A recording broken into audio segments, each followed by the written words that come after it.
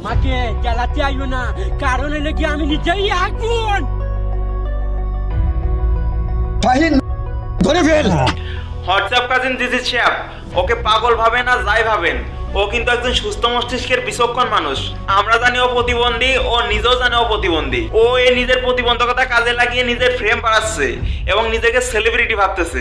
আর আমরা বলদের মতন এই পাগলাটার ভিডিও দেখতেছি, কমেন্ট করতেছি, শেয়ার করতেছি।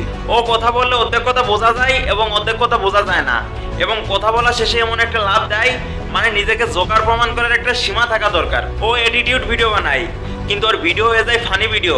দেখ ভাই, আল্লাহ তোকে প্রতিবন্ধী বানাইছে এই জন্যই বলতেছি না। এসব পাগলামি সাগলামি করে বেশি দিন অনলাইনে টিকে থাকা যায় না, এমনিতে ঝরে পড়ে যেতে হয়। ফ্রেমের নেশায়, ভিউয়ের নেশায় সব পাগলামি সাগলামি বাদ দিয়ে নিজে একটা কর্ম কর ভবিষ্যতের জন্য, এটাই তোর জন্য ভালো হবে। আর এদের অডিয়েন্স কারা কারা এদেরকে সেলিব্রিটি ইনফ্লুয়েন্সার বানালো, এদেরকে দেখার আমার খুব ইচ্ছা আছে। আপনারা ইউটিউব, ফেসবুক, টিকটকে শুধু বিনোদনের জায়গায় না রেখে কিছু শিক্ষণীয় ভিডিও দেখুন। আশা করছি এটা আপনাদের কাজে আসবে। ধন্যবাদ।